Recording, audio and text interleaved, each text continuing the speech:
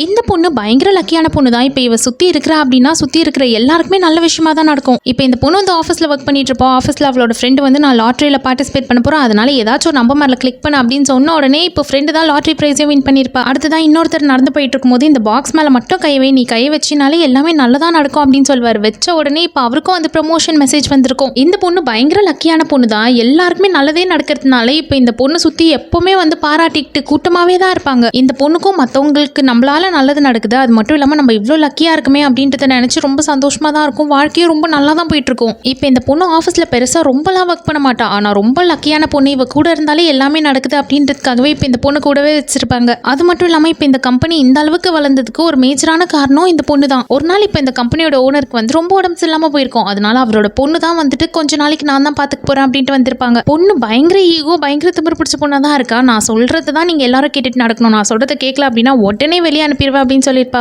ரெண்டு பொண்ணுங்க சும்மா நின்று பேசிட்டு இருப்பாங்க. அவங்கள வந்து அந்த ஸ்பாட்லேயே வந்து உங்க ரெண்டு பேரையும் நான் ஃபயர் பண்ணி வெளியே அனுப்புறேன் அப்படின்னு சொல்லிடுவா. சும்மா நின்று பேசினதுக்காக வெளியே அனுப்புறதுலாம் ரொம்ப அநியாயம் அப்படின்ட்டு எல்லாரும் சொல்றப்போ, யாரெல்லாம் இது அநியாயம்னு சொல்றீங்களோ அவங்க எல்லாருமே கிளம்பிடலாம், நான் ஒன்னும் உங்களை வந்து ஃபோர்ஸ் பண்ணி இங்கே இருக்கவே சொல்லல அப்படின்னு சொல்லியிருப்பா. இப்போ இந்த குட்லக்கோட ஒரு பொண்ணு இருப்பாள், அவள் வந்து பெருசாக வேலைலாம் செய்ய மாட்டா, உட்காந்து வீடியோ கேம்ஸ் தான் விளையாடிட்டு இருப்பா. ஆனால் அது தெரிஞ்சும் வந்துட்டு யாரும் பெருசாக கண்டுக்க மாட்டாங்க. சும்மா பேசிட்டு இருந்தவங்களே கம்பெனி விட்டு வெளியே அனுப்பின பொண்ணு இப்போ வீடியோ கேம்ஸ் விளையாடுறவளை போயிட்டு சும்மாவா விட்டுருவா? என் கம்பெனியில் உட்காந்துக்கிட்டு என் முன்னாடி வீடியோ கேம்ஸ் விளையாடுறியா, வெளியே போ அப்படின்ட்டு அனுப்பிடுவா. சுற்றி இருக்கிற எல்லாருமே அவள் வெளியே போயிட்டா நீங்கள் ரொம்ப ஃபீல் பண்ணுவீங்க, அவள் இல்லாமல் இந்த கம்பெனியே இல்லை அப்படின்ட்டு எவ்வளவோ சொல்லுவாங்க. என் கம்பெனி இந்த அளவுக்கு வளர்ந்துருக்கு அப்படின்னா எங்கள் அப்பாவுடைய ஹார்ட் ஒர்க்கும் எங்களோட ஹார்ட் ஒர்க்கும் தான் காரணம், இவளால் ஒன்றும் கிடையாது, வெளியே போ அப்படின்ட்டு அனுப்பி வச்சிருவா. இப்போ அந்த பொண்ணும் கண்டிப்பாக நீ என்ன ஒரு நாள் தேடி வருவ அப்படின்ட்டு வெளியே போயிடுவா. அந்த பொண்ணு வெளியே போனதுலேருந்து எல்லாமே வந்து தப்பு தப்பாக நடக்குது. கான்ட்ராக்ட்ஸ் எல்லாமே கேன்சல் ஆகிடுது, எல்லாரோட சிஸ்டம்லேயும் வைரஸ் இன்ஸ்டால் ஆகிடுது. இப்போ இந்த ஓனர் பொண்ணு உட்காந்துருப்பால, அவளோட தலைக்கு மேலே ஒரு லைட் எரியும், அதில் வந்து ஷார்ட் சர்க்கியூட் வந்ததுனால இப்போ இந்த பொண்ணோட முடியெல்லாம் தீஞ்சு போயிடும். எல்லா எம்ப்ளாயிஸும் வந்துட்டு நாங்கள் தான் அப்போவே சொன்னோமே அவள் இல்லாமல் ஒன்றுமே கிடையாது, வாங்க நம்ம போயிட்டு மறுபடியும் அவளை சமாதானப்படுத்தி கூட்டிகிட்டு வரலாம் அப்படின்ட்டு போயிருப்பாங்க. ஓனர் பொண்ணு ரொம்ப ஈகோ பிடிச்ச பொண்ணு தான். ஆனால் என்ன பண்ணுறது, இப்போ இந்த பொண்ணை விட்டுட்டா நம்மளுக்கு வேற வழியே இல்லை அப்படின்றதுனால சமாதானப்படுத்தி கூட்டிகிட்டு வரலான்ட்டு போயிருப்பா.